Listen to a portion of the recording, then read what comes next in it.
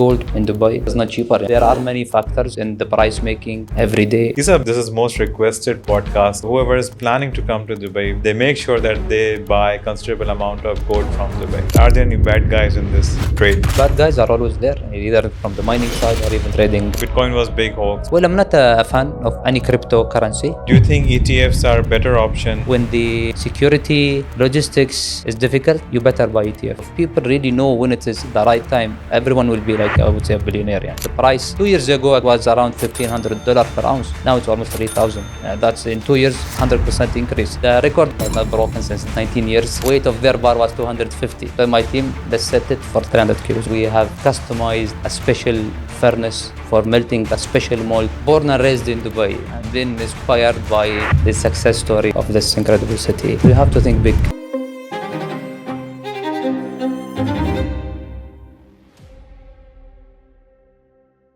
Today's Golden Podcast is all about you are waiting for.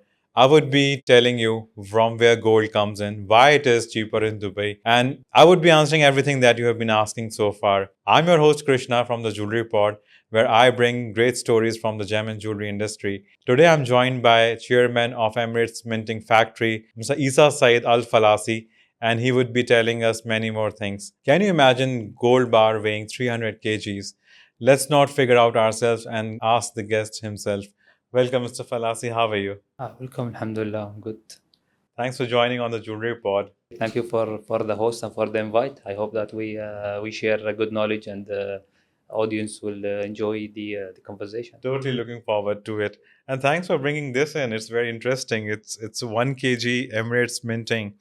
So what's the difference between this and a normal bar? First of all, this is not a souvenir and it's not a gift. So, well, the main difference between the minted bar and the casted bar is the casting methodology. So the cast bar is just casted in the mold, but the minted bar is actually casted and rolled, and after that cut to size. That's the main difference. This definitely looks fancy and it has some good design. I love this rose design as well on the side, which is not usually in the industry use gold. So this is more of an ornamental and investment oriented thing. Exactly. For minted bars, regardless of the weight, we can go up to 1 kilo. We can go more, but we need to somehow improve the equipments we have. We do full customization of the designs. If there is, we have our own big range of designs for almost every occasion. When it comes to, for example, Valentine, Ramadan, Eid, whatsoever. And we also have white labeling service. So we do actually produce for other brands even in the market here. Sometimes for individuals, for special occasions, weddings, birthdays. We do all this type of services. Yeah. Isa, before we go further, do you know that this is most requested podcast? So we distribute podcasts across 7 channels and everyone is asking in DMs and comments that from why gold is cheaper, should we buy? My friends for that matter, all the time they ask why it is good to buy from here. And interesting fact is that whoever is planning to come to Dubai, they plan this well in advance and they make sure that they buy considerable amount of gold from Dubai. As first Emirati company into gold minting and refining, how would you support this narrative? Okay, so first of all, regarding the gold prices in Dubai and why you mentioned it's cheaper, is I'm not sure who told you it's cheaper. It's not cheaper. Yani. There are many factors who actually contribute in the price making every day in Dubai market. Sometimes it's in a discount, sometimes go to premium, sometimes it's go to flat. So it depends on the supply and demand. Well, Switzerland been known as the main gold producers in the world, and they have their own accreditation, which is recognized globally. So obviously, gold produced there will have certain premium on the price. And since refineries on this side of the world, they don't have the LBMA certification or accreditation. For that reason, there is always a price difference between the gold produced or refined in Dubai and the other refined in Switzerland. But if you tell me what are the differences, same gold is the same. 4 nines, just the name. So for that reason, UAE government have started. Actually, it was firstly initiated by DMCC, Dubai Good Delivery, and then it was imposed on the federal level. Now it's under the umbrella of the Ministry of Economy. UAE Good Delivery. So those who have UAE Good Delivery certification, refineries with this certification, the price of their gold is a little bit more than the other refineries in the market. So and for now, with the support of the Ministry of Economy, alongside with CEPA agreements signed with different countries, they are supporting the UAE Good Delivery gold and open global markets for them. So again, if all refineries have access to the international market like easily, gold will not be in discount. It will be easily traded, shipped. You ship it wherever you think price is suits you, and you can sell it there. Due to the market access, the gold price always dominated, or I would say is set by the big buyers in the market. They decide, or they set the price every day. And the difference is, I would say, for example, in a day you find it's minus $2 per ounce, sometimes three, sometimes four. But if people think that when they hear gold is cheaper, if they think in percentages, this does not exist. Yani. This is in hallelujah land. Yani. It does not exist. So we're talking about few dollars less than the LBMA prices. Yeah. Price differential and soaring gold price are definitely Eid celebration every day, but consumer point view is very different, and we will cover that later in this conversation. Before we go further, how you came into this business? Was it a family thing? You were into this since day one? You know, Dubai is known by City of Gold. Yeah. Since we were born, we hear Dubai City of Gold, Dubai City of Gold. We go to Dera Gold Souk. I'm from Dera side, so I wouldn't say that I was raised in Dera because I came a little bit after, yani. But Dubai is always with this, and is always known as City of Gold. So for that reason, gold business is always in, I would say, maybe everybody's mind, yani. But how to start, how to do it, this is the trick. I've been in the metal industry since 2010, and the company was founded in 2012. So it was only a mint house. So it was the only maybe proper mint house in maybe in the Middle East. So in 2021, we decided to to add the refining unit with the minting operation. So we have a very good refining capacity. So as I said, since 2010, I entered the metal industry, not precious metal, metal in general. And in 2012, the company was founded, the Mint House. After that, in 2021, the refining unit was always in my mind. Back in 2000, I would say 16, 17, I started the physical bullion trading of the gold. And the supply chain is very important in this business. So we started thinking of adding a refining unit into the minting operation. So in 2021, we took this decision to expand the operation to include the minting, fairly big refining operations. So you saw any opportunity being first Emirati company to get into this? You saw any opportunity, or you saw a gap? What made you take this decision? You know, it's not just about the opportunity. You know, when your city, I'm born and raised in Dubai, Yeah. and been inspired by the success story of this incredible city, and the support the leaders and the government gives, especially to the UAE nationals. With all this support, thinking small is not enough. So you have to think big. You know, Sheikh Muhammad always say, when you think big, and when you wake up in the morning, you should outrun everybody. So that is the principle in our especially in my way of running the business. You know, Dubai as a city provided all the infrastructure needed for any business to start up, to grow exponentially even. Starting the gold business started in Dubai back in the 19th century. So it was like small jewelry, I would say like clusters, and the selling some items, like jewelry items. And at that time, gold is a sign of wealth. I believe that time It's still not much wealthy people were there around, but with the discovery of the oil and later on the formation of the United Arab Emirates, it gave actually a big boost in the business, not just the gold in general. More people started to come into the country. Country was recognized globally. Dubai did not stop there. They have built a very nice airport at that time, and then they started the airline. Then so on, they kept increasing. People think this happened by chance, but it was not chance. And our leaders, alhamdulillah, they have a long, clear vision for them, and they are just implementing what the founders have set. So as a business owner, to reward and to take this or grab this opportunity where we have best infrastructure in the world, best security. Dubai is one of the safest cities in the world.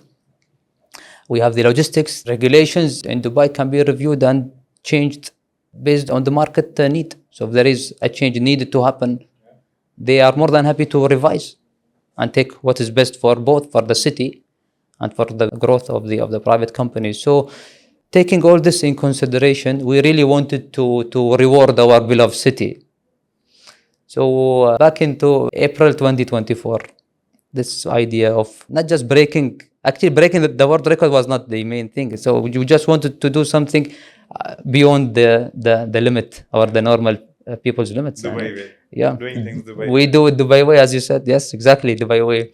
So the gold bar came into my mind. Said, let's think of maybe breaking the world record for having the largest gold bar. So it's not just about, even if you have the gold, it's not just melt and cast. Yeah. The technical part of that operation is more critical than even casting the gold.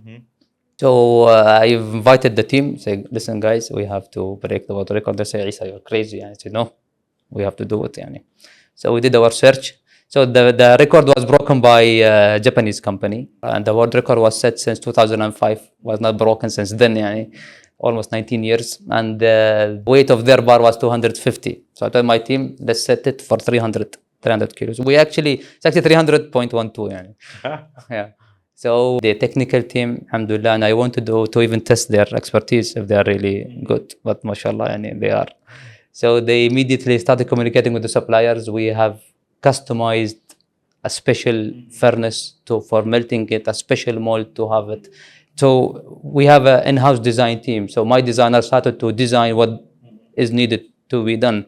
And then we communicated the same with our suppliers to start fabrication. So such items or such equipment, that does not exist. It does not exist. So it had to be built. So it took us some time. And then I was thinking of the announcement. So where and how it will be announced. I approached few government agencies to maybe see if they will be willing to not sponsor, but actually to give the event the right. Yeah, it's an iconic creation. It deserves some really planned reveal. Exactly. So I had this thought. Then we said with the team, now Dubai, mashallah, we have the DPMC, Dubai Precious Metal Conference, hosted every year, and we are one of the sponsors also. So we said, let's reveal it in that event. It's the best spot where all precious metal people are gathered, media, government coverage, everybody is there. So it's the right place to announce such thing. But the challenge was, will we be ready for that date? So we set the date. We told the team, listen, that date is the date. 2 weeks before the event, the equipments were delivered. Oh my God. It was fabricated Living on the edge. overseas. So we received it, I think, around 2 weeks before the event. Even the event organizer, they were not aware. So we kept this idea of breaking the world record within the team. No one knew it, not even, only few members of the company even, internally. We don't want anyone to leak the information, otherwise they will ruin the event or the occasion. So we received the equipment, we prepared the gold. So it was actually gold bars set in the mold. It was tested during the weekend where nobody is there in the factory, only the team responsible. Yeah. So we started melting the gold. The challenge in the casting is you're not melting the gold and then you will just cast, because gold hardened very quickly. Yes. So the shape, it will not be formed as the and it's part of the requirement to have Guinness. It should be similar to a gold bar, a standard gold bar. And we have given them the shape, the design, everything was approved by Guinness team as well. So we cannot deviate. So having it properly casted is the main thing. Plus, as it was decided to announce it in a big event, it should look nice. So anyway, so one of the team members as well, he suggested to have a special code or reference number of that bar. So it was the date of the United of Emirates. So it was 2nd December 1971. The UAE foundation year. Yeah, the foundation year. So UAE 2nd December 1971. So first trial went successfully. Oh, that's from the first trial. I remember, I think the next day we communicated with His Excellency Ahmed bin Sulaim. Told him, listen, we have something to announce during the event. We have the largest gold bar. Mm-hmm. He said, no problem. He said, my full support will be given. And I really value this. It's really valued. So they have allocated, like I would say, the best spot of the event for our for the reveal of our bar. So we started communicating with the logistics team. Brinks supported us in this. So we informed everybody. For them, the organizers, they had the layout ready to host the event, but we came in and last 2 weeks, and luckily they were more than happy because the reveal was something historical, I would say. So for that reason, everything went successfully. It came out as surprise to It came to out. your fellow It came out as competitors. exactly. If you imagine their reactions, I was surprised. I personally was surprised. And I was surprised. But anyways, it's good. Healthy competition is always good for the business. Healthy competition. So you should always. One of the pillars of Dubai growth. You should always surprise your competitors or even your colleagues. No problem. As long as it is healthy. I love this. And also I love how precious metal is not like, it's not a trade show that everyone can walk in, and it's very selective people who need to register for the conference. What I love about things being done in a glamorous way in Dubai, it is like nobody else can pull this way. Exactly. We have been approached by media worldwide. Everyone is trying to at least write an article about that. Out in open for 2 days as well, right? In ITRA. Well, yes. So for that is I would also thank ITRA for that. Really, Mr. Rashid Al Harmoudi and his marketing team, headed by, I believe, Vanessa and her team. So I communicated with Mr. Rashid. I told Mr. Rashid, I have this. I want to. So at the beginning, I wanted to actually display it in malls. Like in different. I don't want to mention the names, but they supported the idea. I've been even. They proposed few spots, even a spot in Dubai Mall, but it was not for me. I thought it's a good place, but maybe not for the segment which I'm targeting. Right. People go to mall for different reasons, not to go see a gold bar. Yeah. So then we said, let's take it to. Actually, it was a suggestion by a friend. So I said, Isa, why don't you take it to Gold Souk? I was like, that's the spot. So my main concern at the beginning was the security. For that reason, I wanted to have it indoor in a shopping mall. So we said, okay, let's take that risk. So we communicated with the TRA, and they welcomed the idea. Marketing team, they immediately sent me like a full marketing campaign, like proper PR campaign within 24 hours. I was surprised on the way they reacted. They said, don't worry, everything is covered. We will sponsor the media part and the ads, whatever. And they said, you only bring the gold bar, bring security, rest, we will manage. So, okay. So we have communicated with our security partner as well. The Brinks, they provided the support. And how it was perceived by the social media? What impressions are we talking about? Wow, you won't believe it. In 2 days, it hit 750 million in 2 days only. In 2 days. You can imagine. That's so cool. The social media reach, yes. As confirmed, 750 million. That's only 2 days, 10 to 10. 10 in the morning to 10 in the evening. So only 12 hours a day, 2 days, 750 million. Alhamdulillah, we are lucky. This is crazy. Indeed, it was combination of great efforts and planning, and I would say definitely deserve that kind of attention. Isa, if we talk about business side of the gold, it's soaring. It's highest. It's peak. The rate of the gold is at peak. People do say that it's the right time to invest, but what do you have to say as someone who's internally involved in processing of gold within the country? How we can break it down for people who are not in trade? Yeah, everyone is asking this question. When it is the right time to buy gold or the right time to invest in gold. So if people really know when it is the right time, everyone will be like, I would say, a billionaire. Yeah. But when you check the statistics, the price index of the gold last 30 years, it's hiking. It is always increasing. In some years, it would drop, and maybe it drop, but at the end, it goes up again. So if you check the price, 2 years ago, actually, in 2022, it was around $1,500 per ounce. Now it's almost 3,000. Yes. That's in 2 years, 100% increase. Okay, this is maybe I would say a special case, but gold price always increases. And best time to buy gold, buy it now, because it will keep increasing. But we are not expecting a dramatic fall anytime soon. Dramatic fall, the expectation that it will reach 3,000 per ounce. Now we are almost there. Yani. After that, it might not increase like significantly. It will have a very, I would say, normal or steady increase. It might little bit decrease. Mhm. It is already anticipated, but at the end, investing in gold it's always a long-term strategy. It's not like you want to buy it now, you sell it after 1 month with profit. No, Yeah. it does not work like that. At least 3, 4, 5 years. The more you keep it, the better, or the more profit you make, or margin. Not everyone in best capacity to hold gold physically. Do you think ETFs are a better option? I believe that's a very traditional way of holding the gold, like physically. But ETFs is something many people are talking about and they look forward to as potential investment. Dubai is a base for so many expats of high net worth. Not everyone is in favor of keeping physical gold.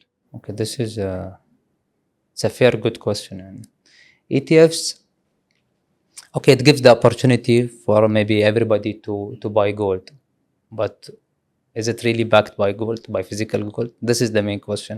So investing in ETFs is good as long as the company is verified, I would say, and you really need to know that that ETF is really backed by same amount of gold.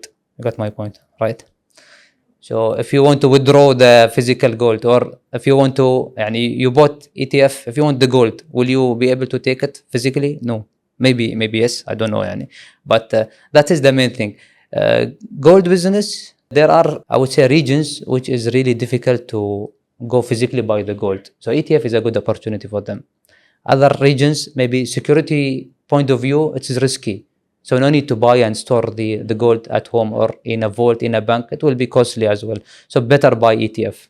In that aspect is better.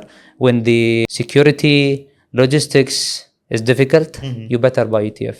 If you cannot assure it, do it. In a place, but in a safe haven, it's always better to have something tangible. ETF is not tangible. يعني. It's just not tangible. it's a figure on the screen. يعني. When you touch it, it's different. It is indeed. So always when you have it physically, you can always control it. We have witnessed platforms going bankrupt, I understand. scams. Bitcoin was big hoax, but look at Bitcoin now; it's very promising. I mean, UAE as economy is accepting Bitcoin against payment of properties and Yes. and commodities. It is a new thing. Well, I'm not a fan of any cryptocurrency. I believe in that the future is actually crypto. يعني. I believe in it, but I'm very classic or classical person. So I hold on the gold only. يعني. You have all the reasons to do Yeah. so. Can we break it down for trade investment and personal use investment? For example, if a gold factory or a jewelry factory is investing, or someone is just trading into gold only, it's very easy for them. But how it is good for a common man to hold gold? As I have mentioned previously, if you think you are secured in a region where, Like Dubai. like Dubai, a region where, or in a city where you were holding gold, or having gold, buying gold is not risky, then you better do it this way. يعني. In Dubai, buying gold is very easy. The business now is very well regularized by the government. So for example, now if you come to my shop and you want to buy 1 gram of gold, I would ask about your KYC. I will take your ID, the original ID, not just even a copy. Yeah. We don't accept copy. So we take the original ID, we verify it, we take a copy of it, we file it. So from that part is when you see the business is regulated, is good. People don't like to, for example, sometimes they don't like to expose their. Yeah. But this is how it is here. The more it is secured, I would say, the more people benefit, especially individuals. This also brings me to my next question, which is about ethical sourcing. How we are talking and facing some challenges with the mining company. Are there any challenges with the gold mining as well? I would say sourcing is a crucial stage of the process because it's the starting from the mine. So sources of the gold is different, either from mining operations or from scrap, like from the local market or from regional market. So from the mine, let's take the example of the mine. So companies Now, actually, the responsible sourcing requirement is mandatory, especially for gold refining. Mhm. Gold refineries supplies the gold, or they source it from either semi-industrial mines. Some are sourcing it from, not I would say artisanal miners, but okay. So part of the compliance guidelines, there are certain regions where we cannot buy the gold from or source the gold from. I don't want to mention the regions, but you can check online where you can go and where you cannot. So it starts from that filter. You sort out the country which you wish to buy gold from or source the gold from. Then you go there and verify the mine. So when you onboard, so before any business transaction, you have to onboard the client or the either supplier or from the client side. When you buy and when you sell, you have to have Mhm. full KYC for both.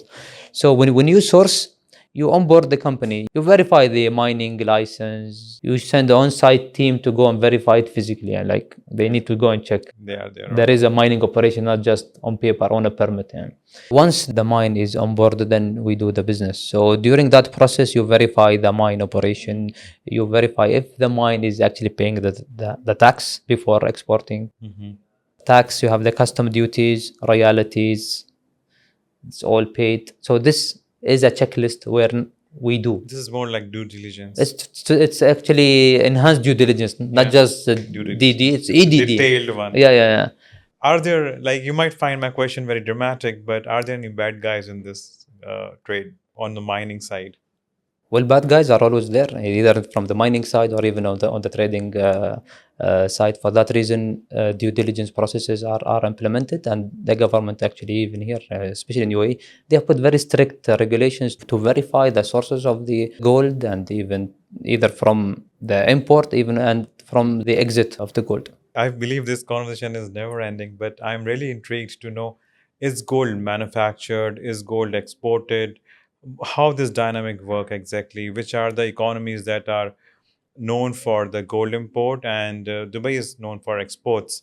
So what's the supply chain scenario exactly? It is imported from outside in UAE, then it goes out, re-exported as jewelry, bullion, Yeah, and various actually, other things. gold is imported as dore bars, Yeah. from mostly from Africa, from different region of Africa, different countries of Africa. So again, as per the compliance or the due diligence process which you implement, wherever it's a green flag country or a clear country, you go and you do the business from that What side. green flag countries we are talking about? Green flag countries, safe countries, regulated, I would say regulated countries. And are there any countries or region or continents that are dominating this trade? Yes, I would say West Africa. Mhm. East Africa, there is part of West Africa where we cannot do business with. This is very clear, and it's not a secret. Yani. So the main markets receiving our goods actually Hong Kong, India market, and Turkey market. These are the main importers of Dubai gold. Yani. Something you would love to add, Isa, from your end to conclude this conversation? We had a detailed discussion about your business, what minting is all about.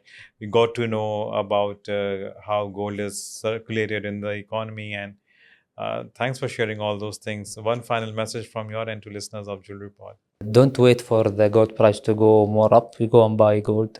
If you have savings or if you want to invest, you go buy gold, no problem. But don't put all your eggs. This is very classical advice.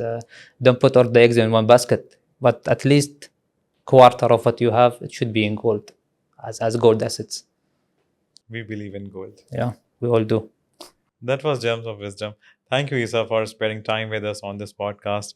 I look forward to have another conversation with you where we're more through with upcoming updates. We didn't had enough time to discuss the trends and how it's gonna be in future, but soon maybe another podcast. So it will be to be continued next time.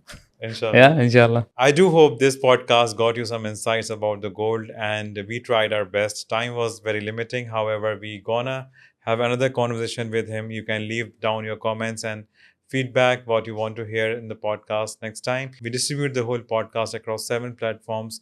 Do not forget to engage and subscribe us on YouTube. Until we meet again, thank you.